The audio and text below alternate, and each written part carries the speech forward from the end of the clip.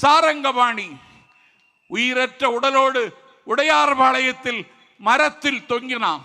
அந்த மொழிப்போர் தியாகிகளை நான் இன்றைக்கு கொண்டாடுகிறோம். சேனை ஒன்று தேவை, சேனை ஒன்று தேவை, செந்தமிழ் காக்க சேனை ஒன்று தேவை என்று பாடினான் பாரதிதாசன்.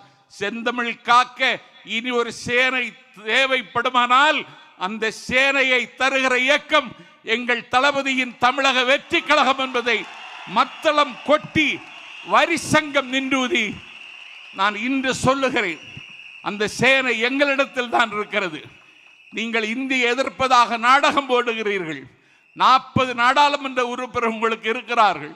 நான் கேட்கிறேன், அன்டெமோக்ராட்டிக் கண்ட்ரி, அன்சிவிலைஸ்டு பீப்புள் என்று இந்தியாவினுடைய மனிதவள மேம்பாட்டுத்துறை அமைச்சர் நாடாளுமன்றத்தில் பேசினார்.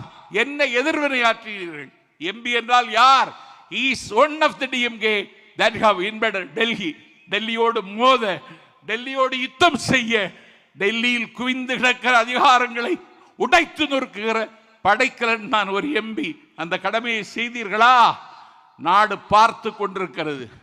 உங்கள் நாடகம் முடிவுக்கு வரப்போகிறது. துரியோதனன் வீழ்ச்சி அவன் தொடையில் இருந்தது. சராசந்தன் வீழ்ச்சி அவனுடைய உடலை மாற்றி போடுவதில் இருந்தது.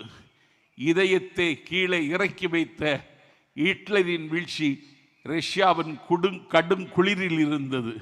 அதிசயம் 1000 செய்த ஜப்பானின் அன்றைய வீழ்ச்சி அணுக்குண்டில் இருந்தது.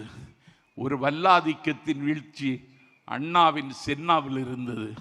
உய்ய வந்த தமிழினத்தை உய்யாது தடுத்து குடும்ப புற்றில் குடியிருக்கும் பூனாகங்களின் வீழ்ச்சி எங்கள் தளபதியின் கையில் இருக்கிறது என்பதை வருகிற காலத்தில் எழுதுவதற்கு நாம் மொழிப்போர் தியாகிகள் நிறைவு நாளில் சூளுரைப்போம்.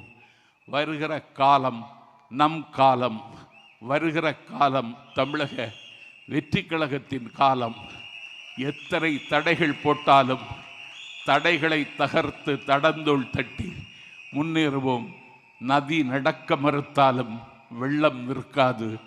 தேதிகள் கிளிவிட உடன்படாவிட்டாலும் நாளை நடக்கும். நாளை நீங்கள் முதல்வர் ஆவதை எந்த சக்தியும் தடுக்க முடியாது என்று சொல்லி மொழிப்போர் தியாகிகள் அடக்கமாகி இருக்கிற திசை நோக்கி தண்டனிட்டு வணங்கி இந்த வாய்ப்பை தந்த தலைவருக்கு நாளெல்லாம் உங்களுக்கு கடன்பட்டிருக்கிறேன்.